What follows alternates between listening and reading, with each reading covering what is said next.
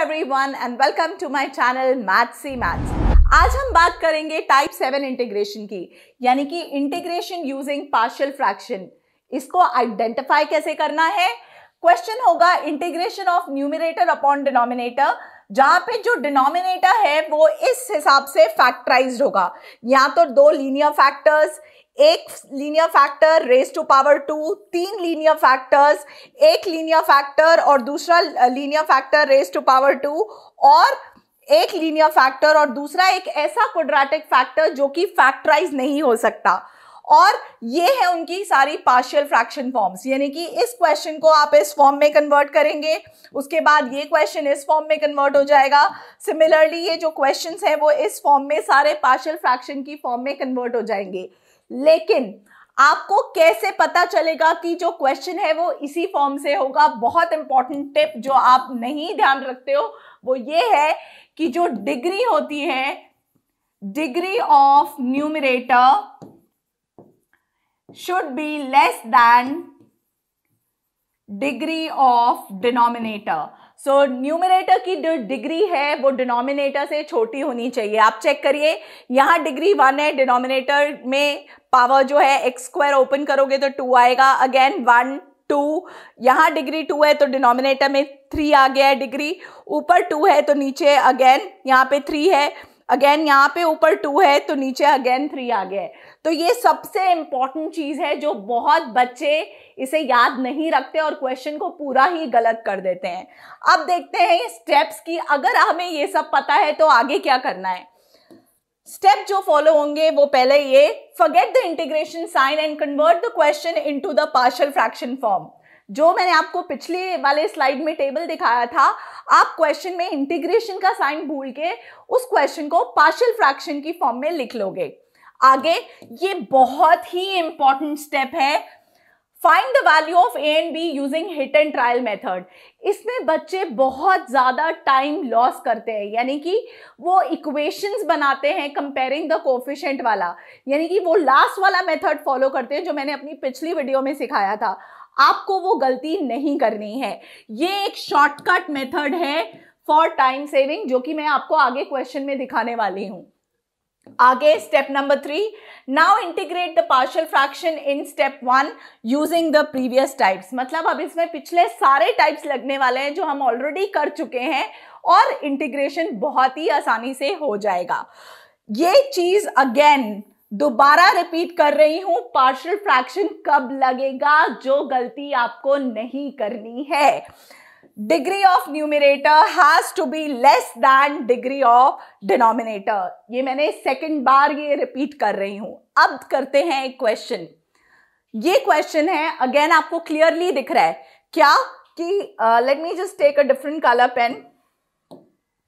आपको दिख रहा है कि न्यूमरेटर की डिग्री 1 है और डिनोमिनेटर में जो डिग्री है वो बड़ी है, राइट। लेकिन इसमें डायरेक्ट पार्शियल फ्रैक्शन अगर आप लगाओगे तो आप फंस जाओगे, क्योंकि एक्स स्क्वायर है। तो क्या मैं एक्स स्क्वायर को टी पुट कर सकती हूँ सब्स्टिट्यूशन मेथड, जो कि मैंने अपनी सेकंड वीडियो में सिखाया था।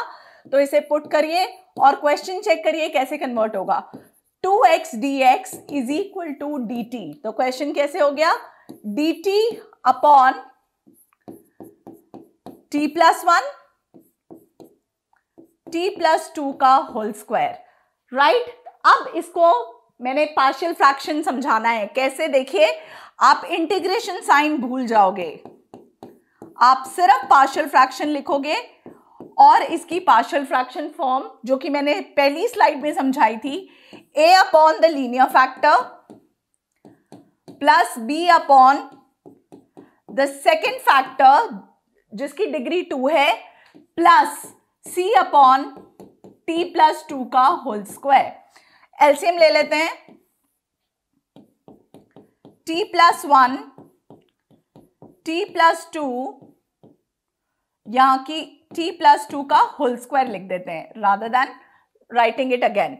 अब a इंटू क्या आ जाएगा, t प्लस 2 का होल स्क्वायर, यहां पे वो टर्म मिसिंग थी, b into t plus 1 and obviously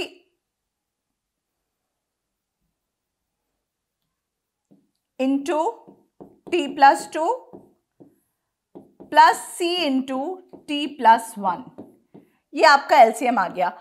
आपको पता चल जाएगा कि आपने पार्शियल फ्रैक्शन सही बनाई है कि नहीं। कैसे?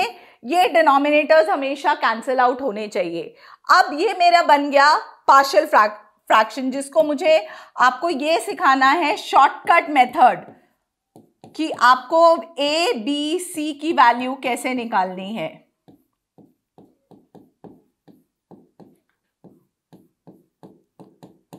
Late me show you how to find the value. अब हम हिट एंड ट्रायल मेथड किसे कहते हैं, मैं क्वेश्चन को यहां के बाद यहां कर रही हूं आपको दिखाने के लिए। चेक करिए, अगर मैं t की जगह -2 पुट करूंगी तो ये वाली वैल्यू 0 हो जाएगी, ये भी वाली वैल्यू 0 हो जाएगी, और मेरे पास किसकी वैल्यू आ जाएगी? सिर्फ c की, राइट। -2 + 2 इज 0, तो this is complete 0, this is again complete 0। इसमें -2 पुट करेंगे तो क्या आने वाला है? t into -2 + 1, right, that is 1 equals to -t। तो t की वैल्यू t की जगह c है यहाँ पे, तो c की वैल्यू क्या आ गई? -1 आ गई, एक वैल्यू हमारी निकल गई है। अब हम आगे वैल्यू निकालते हैं।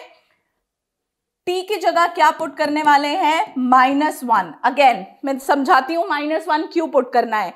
t + 1 है, इसको 0 करने के लिए जो t + 1 को इक्वल टू 0 डालोगे तो t की वैल्यू -1 आएगी, तो -1 फैक्टर है, ये 0 आ जाएगा, ये 0 आ जाएगा। यहां पे क्या आने वाला है? 1 is equal to a into this is -1 + 2, यानी कि 1 का स्क्वायर, यानी कि 1।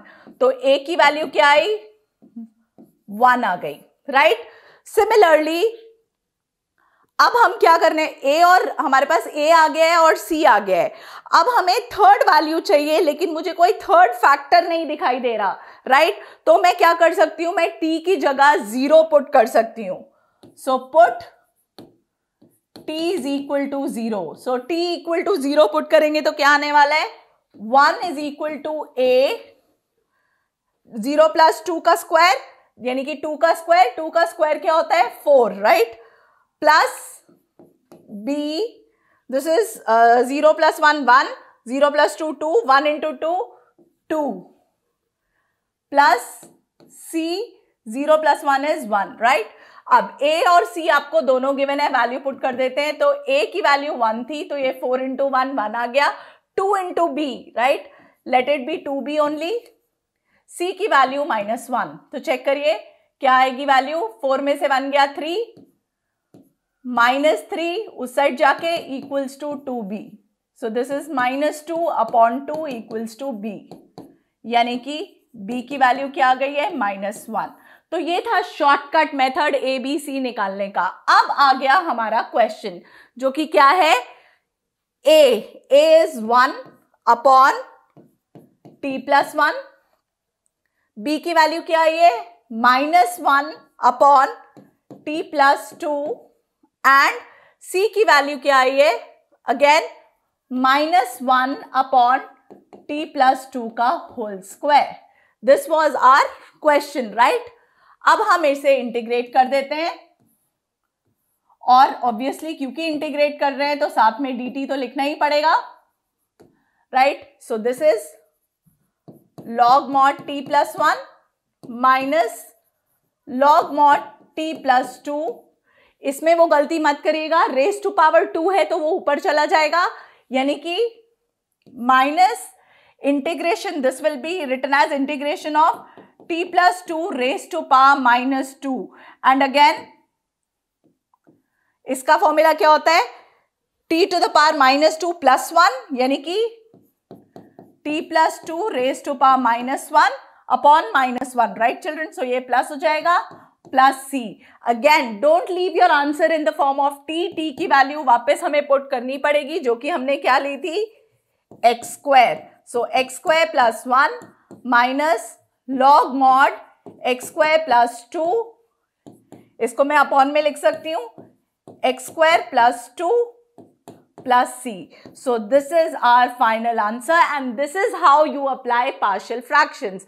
Again, अगर फुल एक्सरसाइज देखनी है, फुल वीडियो देखनी है, तो लिंक मैं डिस्क्रिप्शन बॉक्स में जरूर रखूंगी। कोई डाउट हो तो जरूर लिखिएगा। Let's learn, like, share and subscribe maths he maths.